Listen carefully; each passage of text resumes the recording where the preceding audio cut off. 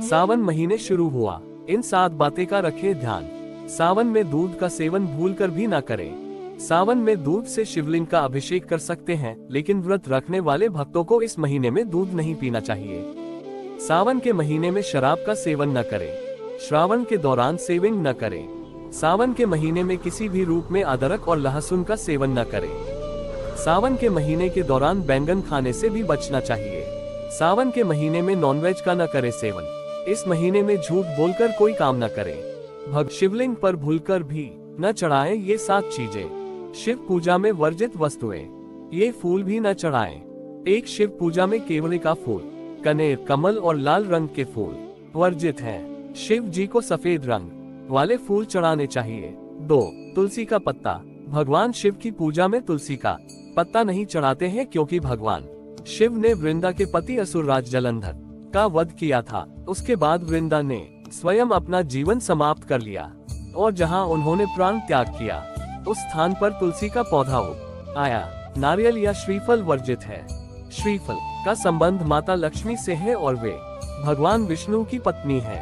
इस वजह से भगवान शिव को नारियल अर्पित नहीं करते हैं। यह 3. सिंदूर या कुमकुम। लोग भूलवश माता पार्वती के साथ शिव व जी को भी सिंदूर या कुमकुम लगा देते हैं। ऐसा नहीं करना चाहिए, क्यों कि सिंदूर श्रृंगार से जुड़ी वस्तु है और शिव वह स्वयं सन्यासी और तपस्वी हैं। उनको सिंदूर या कुमकुम न लगाएं। 4. हल्दी।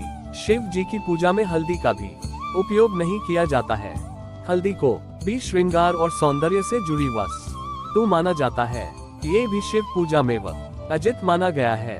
5. शंख। भगवान शिव की पूजा करते समय शंख का उपयोग नहीं करते हैं। जैसे शंख में गम गाजल भरकर शिव जी का अभिषेक करना। भगवान शिव ने शंखचूड़ नामक राक्षस का वध किया था, तो उसके हड्डियों से शंख का निर्माण हुआ। इस वजह से शिव पूजा में शंख वर्जित है।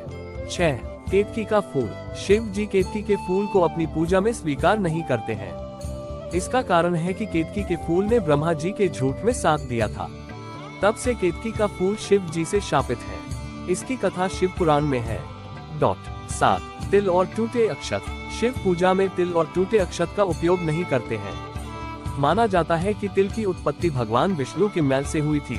वहीं अक्षत का अर्थ क्षति से रहित, अर्थात आप जो भी चावल अक्षत के रूप में चढ़ाते हैं वह पूरा होना चाहिए, टूटा हुआ नहीं। शिव के भक्तों के लिए सावन का महीना विशेष महत्वपूर्ण होता है, क्योंकि इस महीने में आने वाले सोमवार व्रत को तो उपवास रखे ही जाते हैं। साथ ही सावन के महीने से 16 सोमवार व्रत या पशुपति व्रत भी प्रारंभ होते हैं। सावन का महीना अत्यंत शुभ माना जाता है। सावन का महीना चातुर्मास के दिनों में आता है, जब जगत के पालनहार भगवान विष्णु 4 माह के लिए विश्राम पर चले जाते हैं और उनके पीछे जगत के पालन और संरक्षण का कार्य भगवान शिव और माता पार्वती संभालते हैं, क्योंकि सावन का मास उन्हें अत्यंत प्रिय है और इस माह की शिवरात्रि पर उनकी पूजा अर्चना करने से वे जल्दी प्रसन्न हो जाते हैं। सावन महीने में या सावन सोमवार में विधि विधान से व्रत रखकर भक्त गंगाजल, दूध, दही, घी, शहद आदि से शिवलिंग का अभिषेक करते हैं। शिवलिंग पर शुद्ध वस्त्र, बिल पत्र, धूप, दीप, नैवेद्य, चंदन का लेप, ऋतु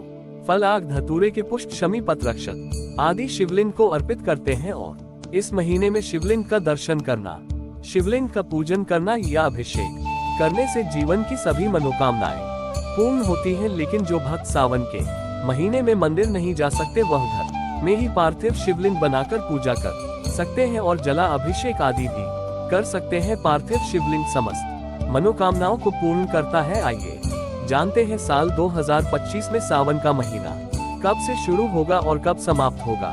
हमारे देश में 2 तरह से कैलेंडर का पालन किया जाता है। कुछ जगह पर अमांत कैलेंडर, जिसमें अमावस्या के बाद से नया महीना शुरू होता है। ऐसे में आपको बताते हैं कि उत्तर भारत में सावन का महीना कब से शुरू होगा और पश्चिम भारत में सावन का महीना कब से शुरू होगा। वहीं उत्तराखंड में सावन का महीना कुछ दिन पहले ही प्रारंभ हो जाता है। तो इन सभी हिस्सों में सावन कब से शुरू होगा, सावन के सोमवार कब कब पड़ेंगे।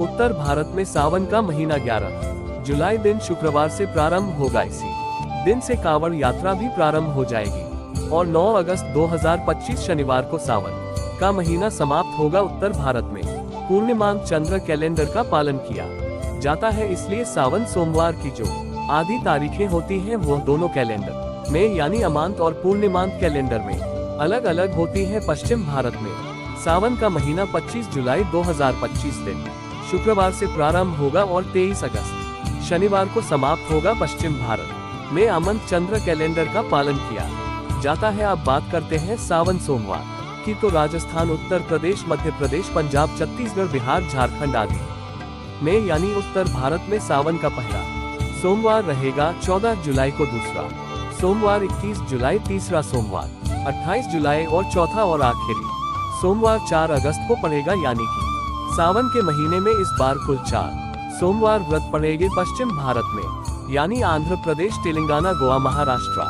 गुजरात, कर्नाटक, तमिलनाडु आदि राज्यों में सावन का पहला सोमवार रहेगा 28 जुलाई को, दूसरा सोमवार 4 अगस्त, तीसरा सोमवार 11 अगस्त और चौथा और आखिरी सोमवार 18 अगस्त को रहेगा। नेपाल, उत्तराखंड और हिमाचल प्रदेश के कुछ भागों में सावन 16 जुलाई से प्रारंभ होगा और 16 अगस्त को समाप्त होगा और इन हिस्सों में सावन का पहला सोमवार 21 जुलाई को रहेगा, दूसरा सोमवार 28 जुलाई को, तीसरा सोमवार 4 अगस्त को और चौथा और आखिरी सोमवार रहेगा 11 अगस्त को।